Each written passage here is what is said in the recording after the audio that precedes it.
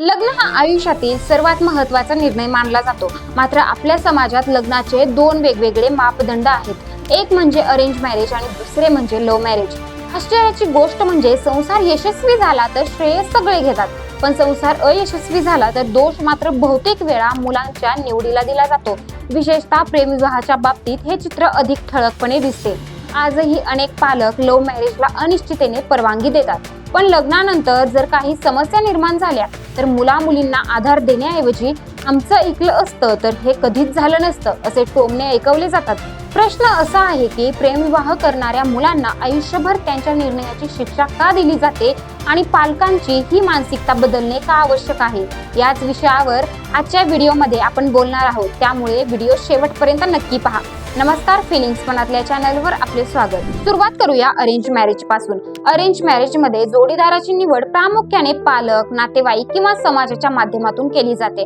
त्यामुळे लग्नानंतर काही अडचणी आल्या तरी पालक त्या नात्याला वाचवण्याचा प्रयत्न करतात. अनेकदा मुलीचा छळ झाला, सासरकडून अन्याय झाला तरी प्रत्येक संसारात असे होत असते, थोडं सहन करावं लागतं. अशा सल्ल्यांद्वारे मुलींना पुन्हा त्या वातावरणात पाठवलं जातं, कारण त्या नात्यात पालकांचाही सहभाग असतो. आपला निर्णय चुकीचा ठरला हे स्वीकारणं त्यांना कठीण जातं. पण लव्ह मॅरेज मध्ये मात्र मोजपट्टी बदलते. प्रेमविवाहात मुलगा किंवा मुलगी स्वतः जोडीदार निवडते, त्यामुळे नात्यातील सर्व जबाबदारी ही त्यांच्यावरच टाकली जाते. संसारात काही समस्या आल्या की लगेच वाक्य ऐकायला मिळतात, आमचं ऐकलं नाहीस, स्वतःच्या मनाने लग्न केलंस, आता परिणाम भोग, आम्ही आधीच सांगितले होतं. या वाक्यांमुळे समस्या सोडवण्याऐवजी मानसिक ताण अधिक वाढतो. आधीच वैवाहिक संघर्षातून जाणारी मुलं आणखी एकटी पडतात. खरं तर लग्न कोणतंही असो, अपयशाची कारणं सारखीच असतात. पण आपल्या समाजात एक मोठा गैरसमज निर्माण झालाय, तो म्हणजे प्रेमविवाह फसतात आणि अरेंज मॅरेज टिकतात. पण प्रत्यक्षात कोणतंही लग्न यशस्वी किंवा अयशस्वी होण्यामागे कारणं वेगळी असतात. स्वभावातील विसंगती, आर्थिक तणाव, संवादाचा अभाव, व्यसनाधीनता, घरगुती हिंसाचार, कौटुंबिक हस्तक्षेप, मानसिक आरोग्याच्या समस्या, या गोष्टी लग्न कसं झालं यावर अवलंबून नसतात, त्या व्यक्ती आणि परिस्थितीवर अवलंबून असतात. पण या छोट्याशा गोष्टीही अनेकसे पालक समजून घ्यायला तयार नसतात.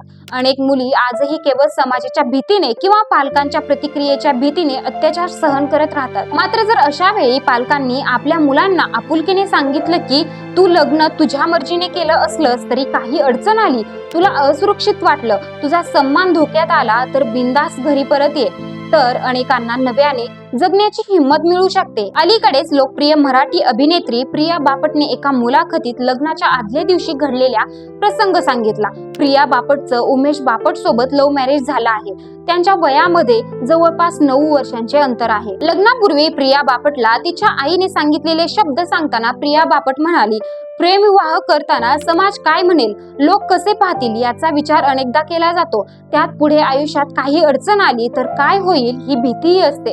लग्नाच्या आदल्या दिवशी माझी आई माझ्याकडे आली आणि तिने मला एक गोष्ट सांगितली जी मी आयुष्यभर विसरू शकणार नाही. तू प्रेमविवाह करत आहेस हे मला माहित आहे, पण भविष्यात कधी काही चुकीचे घडले, काही अडचण आली किंवा तुला असुरक्षित वाटले तर अजिबात घाबरू नकोस. या घराचे दरवाजे तुझ्यासाठी कायम उघडे आहेत. तू कोणत्याही वेळी परत येऊ शकतेस. प्रियाच्या आईच्या या शब्दांनी तिला केवळ भावनिक आधारच नाही दिला तर आत्मविश्वासही दिला. मुलीने लग्नानंतर कोणत्याही परिस्थितीत संसार टिकवण्याचा दबाव घेऊ नये, तर तिच्या सुरक्षिततेला आणि आनंदाला प्राधान्य दिले पाहिजे. हा संदेश या सल्ल्यातून दिसून येतो. यातून दिसून येतं की पालकांनी मुलांना दोष देण्यापेक्षा त्यांना आधार देणं किती महत्त्वाचं आहे. खरं तर आजची पिढी फक्त लग्नाची परवानगी मागत नाही तर भावनिक सुरक्षितताही शोधत आहे. पालकांनी हे समजून घेतलं पाहिजे की प्रेमविवाह म्हणजे बंडखोरी नाही. मुलांनी जोडीदार निवडला म्हणजे पालकांचं महत्त्व कमी होत नाही. संसारात अडचणी येणं म्हणजे मुलांचा निर्णय चुकीचा होता असं नाही. मुलांच्या आयुष्यात आधारस्तंभ म्हणून उभं राहणं हीच खरी पालक तत्वाची कसोटी आहे.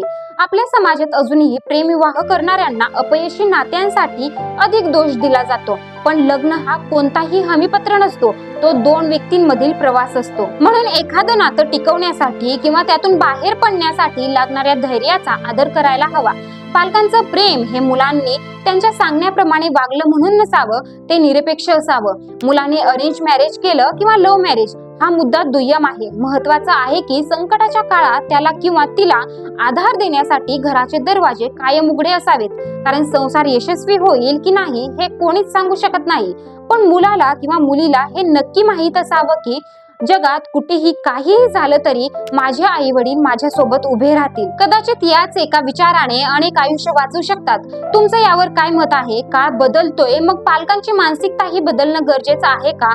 तुमचं मत कमेंट मध्ये नक्की सांगा. व्हिडिओ आवडल्यास लाईक करा, शेअर करा आणि पाहत राहा फिलिंग्स मनातल्या. धन्यवाद.